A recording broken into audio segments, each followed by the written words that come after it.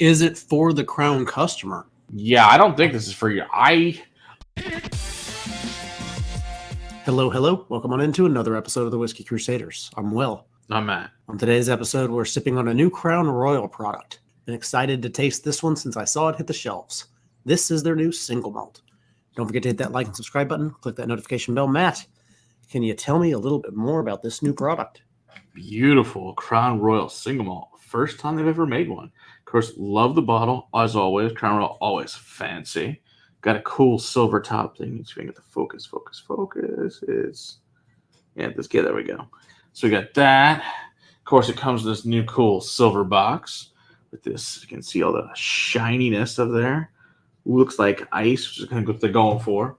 Got a cool new bag. I like that. It's got a little R on there. It's got the fractured ice on there too. So very cool with all the fiddly bits that Crown does well. All right, so what is this? This is Crown Royal's single malt Canadian whiskey, the very first one they've ever made. It's 45%, so I really appreciate the bump on the proof on this one. Now, this is actually made at the Valleyfield distillery, which we've never discussed before, which I didn't even know they had this one. So news to me, too. So it's kind of cool. Another giant Diageo factory that they have. Usually we talk about, Gimli or Waterloo or LaSalle, the ones we review with, with XR and a lot of the other Crown products we've used. So apparently at Valleyfield, which also, of course, contributes to the regular Crown product as well, but it's on an island in the St. Lawrence River just west of Montreal. So this is usually where they make 100% corn whiskeys that are used as base whiskeys for different Canadian products such as Crown Royal, Seagram's VO, Order of Merit, Seagram's 83, 5 Star, Schenley's, several other brands. And also Gibson's Finest 12 was made there until 2008 when Diageo took it over and it was switched over to Hiram Walker there in Windsor. So it's an interesting place. So, of course, it's 100% barley, as single malt should be, which is cool. They say it's made up in the cold Canadian climate. Well, it's fucking Canada. What do you expect? So, it's like, ooh, Canada's cold. Like, it's just like Scotland. I'm like, sure, it's close. I'm sure Montreal, where as far as it is in the world. So that's fun. So they say, this is supposed to represent fractured ice on the box, and it's all up in the icy end of the cages. Same thing with the bag. And it's like, whatever. So to make it really fancy, they had this sculpture that they put the beautiful decanter in ice there. So what's this place? The Brookfield Place in Lower Manhattan. Apparently this happened on Friday at 10 in the morning. They were going to melt the ice sculpture over a 24-hour time period to reveal this stunning single malt. They say it's an installation not only of a celebration, but a testament to gentle maturation. They produced this whiskey, and of course, the beautiful Canadian landscape. So beautiful marketing BS. So good for them. So cool to put your bottle in thing of ice. That's cool. Whatever. But what really matters to all of us is, does it taste good? So let's find out. Yeah, MSRP on this is 55 to 60 on this one. So, Matt, they put out what is essentially a single malt. It was a blend of malted and unmalted barley. So they put the single pot still version out last year when we did that. Yeah, that Noble Oak. So my guess is they just took probably most likely the same exact whiskeys that they used for half of that, or whatever portion was was malted to unmalted, and just took the malted part and made it. Most likely, be my guess, and maybe aged it a little bit longer. It's got a nice color to it. It's that, granted, Canada can add color and all that fun stuff. We know it's at least 3 years old. They don't state an age statement anywhere on it. So we don't know. But, I guess you can't really tell based on color, but maybe we can tell at least from the nose what we're thinking. Well, that's fair. They used barrels, but they were allowed coloring. So yeah, so who knows? It's Canada. It's really a crapshoot. We could really be funny and tell you it was a rye because it's from Canada, even though it's not. It's all a single malt. I know some of you love it when I tell people like that. All right, let's see what's in here. Interesting. It doesn't smell ridiculously old, but... No, it doesn't smell super young either. Well, I was going to say the same thing. I'm picking up more 6 than I am 3. Yeah, I would say 6 to 7 would be my guess on this. It's still a little bit sharp and grain forward. It is cereal grains. It is vanilla and oatmeal. Yeah, definitely. Lots of cinnamon and spices, vanilla, barrel char. A little bit of like a charred green apple in there. Nutmeg. Even this like frozen forest floor dirt muddiness with fresh snow on top of it.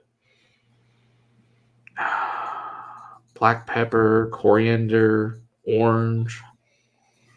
Absolutely. A little bit of And fennel. even in like clove. Yeah, definitely clove. Yeah, it's like a little fennel Cinnamon stick. saltiness. Yeah. Interesting. What else are you picking up on there? There's a new mommy, and I don't want to call it a meat, but there's a new mommy in there. There is. It's that I think it's that more that mushroom fungal umami. But not peat. No, not peat. But it's definitely this mushroomy note to it, like wet forest fluor frozen mushroom thing. Okay. Oh, it's like also even like a cooked mushroom, like in the skillet even. Yeah, that's what I'm thinking, like baby bellas and butter. Yeah, definitely.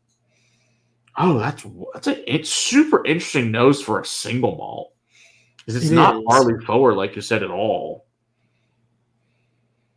I mean, it's there, but not crazy.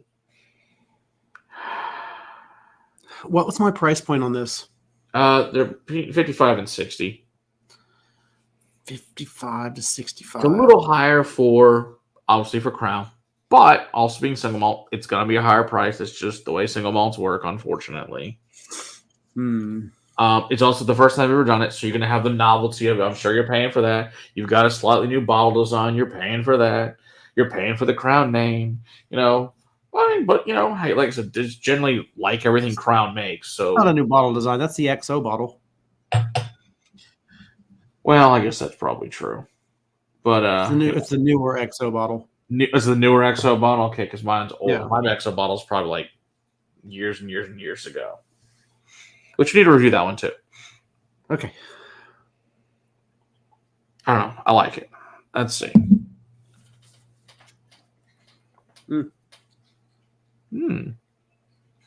Hey, there's your barley.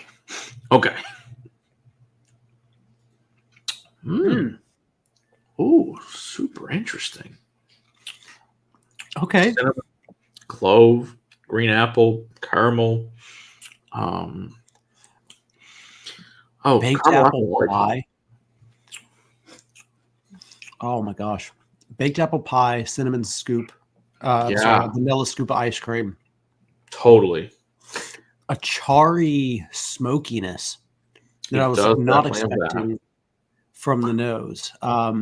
They may have used some new barrels. There's got to be new barrels in this. That tastes a lot like. I'm not tasting peat, but there is a smoky element to it. Definitely a smoky element to it, which I really like. I do too. It's got this not the actual texture, but it's that stickiness of like a caramel. It can kind of feel just that texture, but it's not like really actually sticky as far as the whiskey itself goes. Just gives it that sensation of it, which is really unique. And it's not a thickness like age gives.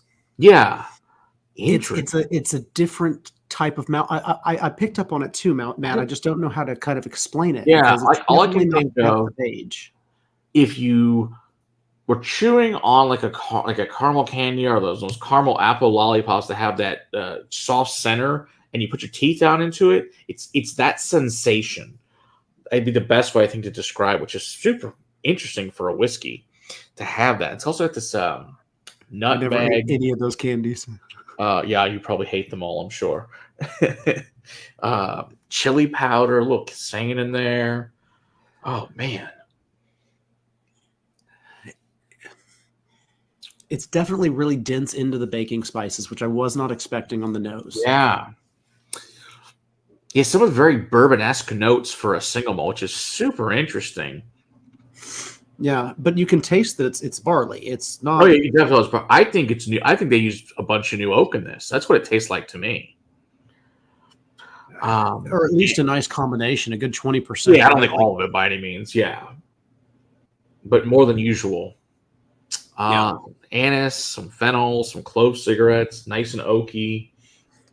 Yeah, this definitely got to be 6 to 7 at least.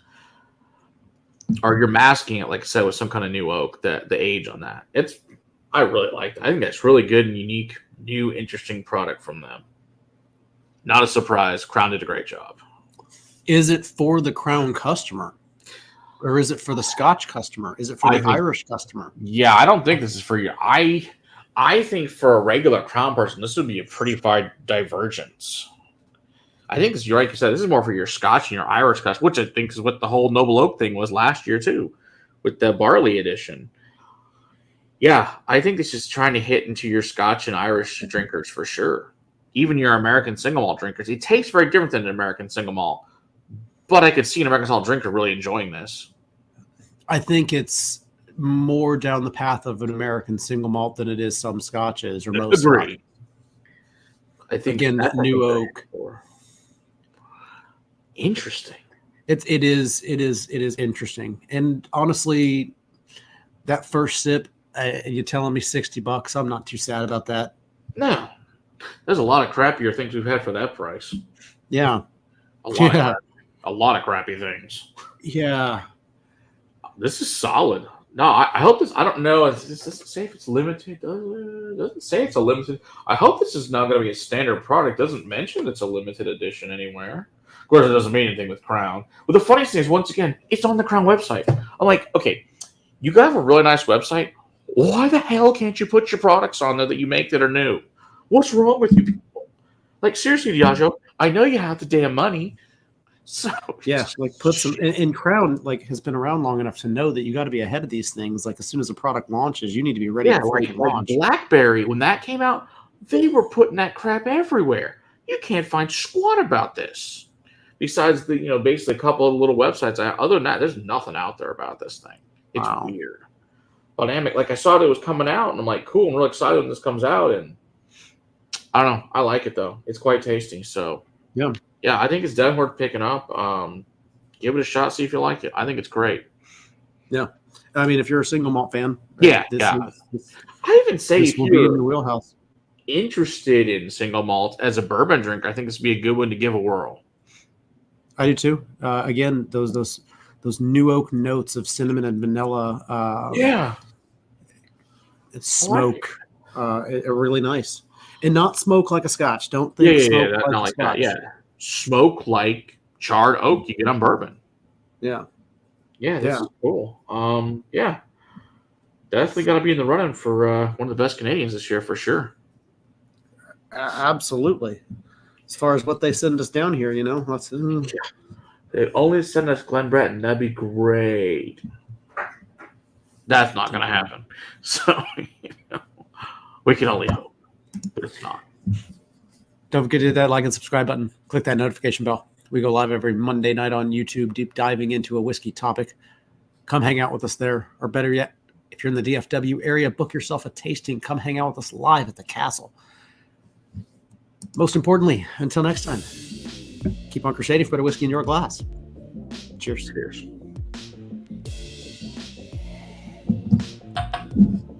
Very nice.